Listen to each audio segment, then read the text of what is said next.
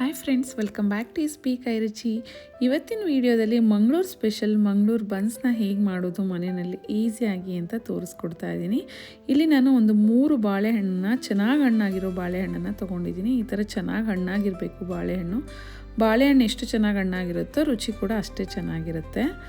ಈಗ ಇದನ್ನೆಲ್ಲ ಒಂದು ಮಿಕ್ಸಿ ಜಾರಿಗೆ ಸೇರಿಸ್ಕೊತಾ ಇದ್ದೀನಿ.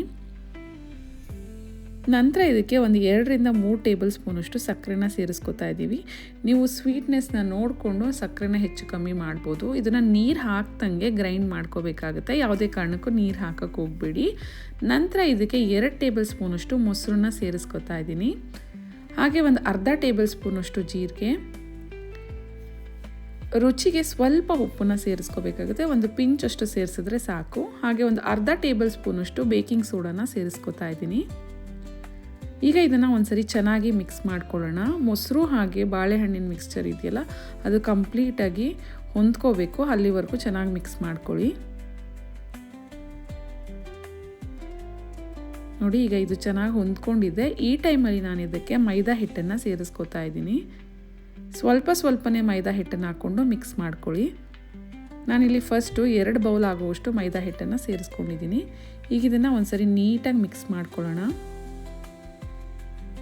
ಇದನ್ನು ಈಸಿಯಾಗಿ ಮಿಕ್ಸ್ ಮಾಡ್ಕೊಬೋದು, ಲಂಪ್ಸ್ ಏನೂ ಆಗೋದಿಲ್ಲ. ಇದರಲ್ಲಿ ಈಸಿಯಾಗಿ ಮಿಕ್ಸ್ ಮಾಡ್ಕೋಬೋದು.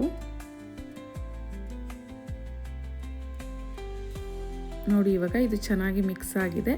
ಈ ಟೈಮಲ್ಲಿ ನಾನಿಲ್ಲಿ 2 ಟೇಬಲ್ ಸ್ಪೂನಷ್ಟು ಎಣ್ಣೆನ ಸೇರಿಸ್ಕೊತಾ ಇದ್ದೀನಿ. ಎಣ್ಣೆ ಸೇರಿಸಿ ಮತ್ತೆ ಒಂದ್ಸರಿ ಚೆನ್ನಾಗಿ ಮಿಕ್ಸ್ ಮಾಡ್ಕೊಳ್ಳೋಣ. ಈಗ ಇದು ಚೆನ್ನಾಗಿ ಮಿಕ್ಸ್ ಆಗಿದೆ. ಈ ಟೈಮಲ್ಲಿ ಮತ್ತೆ ಇನ್ನೊಂದು ಬೌಲಷ್ಟು ನಾನು ಹಿಟ್ಟನ್ನು ಸೇರಿಸ್ಕೊತಾ ಇದ್ದೀನಿ. ನೀವಿಲ್ಲಿ ಅರ್ಧ ಮೈದಾ ಹಿಟ್ಟು ಹಾಗೆ ಅರ್ಧ ಗೋಧಿ ಹಿಟ್ಟು ಕೂಡ ಸೇರಿಸ್ಕೋಬೋದು, ಬಟ್ ನಾನಿವತ್ತು ಬರೀ ಮೈದಾ ಹಿಟ್ಟನ್ನು ಸೇರಿಸ್ಕೊಂಡಿದ್ದೀನಿ. ಈಗ ಇದನ್ನು ಚೆನ್ನಾಗಿ ಮಿಕ್ಸ್ ಮಾಡ್ಕೊಳ್ಳೋಣ.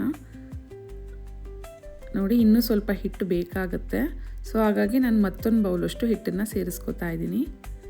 ಈಗ ಇದನ್ನು ಚಪಾತಿ ಹಿಟ್ಟಿನ ಹದಕ್ಕೆ, ಅಂದರೆ ಚಪಾತಿಗಿಂತ ಇನ್ನೊಂದು ಸ್ವಲ್ಪ ಮೆತ್ತಗೆ ಮಿಕ್ಸ್ ಮಾಡ್ಕೋಬೇಕಾಗತ್ತೆ. ನೋಡಿ, ಇಷ್ಟು ಕನ್ಸಿಸ್ಟೆನ್ಸಿ ಇದ್ದರೆ ಸಾಕು. ಇದಕ್ಕೀಗ ಮೇಲೆ ಸ್ವಲ್ಪ ತುಪ್ಪನೋ ಇಲ್ಲ ಅಂತಂದರೆ ಎಣ್ಣೆನೋ ಏನಾದರೂ ಹಾಕಿಬಿಟ್ಟು ಫರ್ಮೆಂಟೇಷನ್ಗೆ ಇಡಬೇಕಾಗುತ್ತೆ. ಇದನ್ನು ಮಿನಿಮಮ್ ಅಂದ್ರೂ ಒಂದು 6 to 8 ಅವರ್ಸ್ ಆದ್ರೂ ಫರ್ಮೆಂಟ್ ಮಾಡಬೇಕಾಗುತ್ತೆ. ಆವಾಗ ಬನ್ಸು ತುಂಬ ಚೆನ್ನಾಗಿ ಬರುತ್ತೆ. ನಿಮಗೆ ಜಾಸ್ತಿ ಟೈಮ್ ಇಲ್ಲ ಅಂತಂದರೆ ಅಟ್ಲೀಸ್ಟ್ ಮಿನಿಮಮ್ 5 to 6 ಅವರ್ಸ್ ಫರ್ಮೆಂಟೇಷನಿಗೆ ಬಿಡಲೇಬೇಕು. ಈಗ ನೋಡಿ, ನಾನು ಆಲ್ಮೋಸ್ಟ್ ಇದು 8 ಅವರ್ಸ್ ಆಗಿದೆ. ಇಲ್ಲಿ ಬಾಳೆಹಣ್ಣು ಹಾಕಿರೋದ್ರಿಂದ ಮೇಲೆ ಸ್ವಲ್ಪ ಕಲರ್ ಚೇಂಜ್ ಆಗಿದೆ ಅಷ್ಟೇ. ಇದನ್ನು ಇನ್ನೊಂದು ಸರಿ ಚೆನ್ನಾಗಿ ಮಿತ್ಕೊಳ್ಳೋಣ. ನಾವು ಎಷ್ಟು ಚೆನ್ನಾಗಿ ಮಿದಿತೀವೋ ಅಷ್ಟು ಚೆನ್ನಾಗಿ ಬನ್ಸು ಬರುತ್ತೆ. ನೋಡಿ, ಇವಾಗ ಇದು ಡೋ ರೆಡಿ ಆಗಿದೆ. ಇವಾಗ ಬನ್ಸ್ನ ರೆಡಿ ಮಾಡ್ಕೊಳ್ಳೋಣ. ಇಲ್ಲಿ ನಾನು ಚಪಾತಿ ಹಿಟ್ಟಿಗೆ ತೊಗೋತೀವಲ್ಲ ಅಷ್ಟು ಗಾತ್ರದ ಉಂಡೆನ ತೊಗೊಂಡಿದ್ದೀನಿ.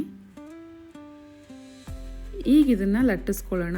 ನಾವಿದನ್ನು ಕೈಯಲ್ಲಿ ಕೂಡ ಲಟ್ಟಿಸ್ಬೋದು, ಇಲ್ಲ ಅಂತಂದರೆ ಲಟ್ಟಣಿಗೆ ತೊಗೊಂಡು ಕೂಡ ಲಟ್ಟಿಸ್ಬೋದು.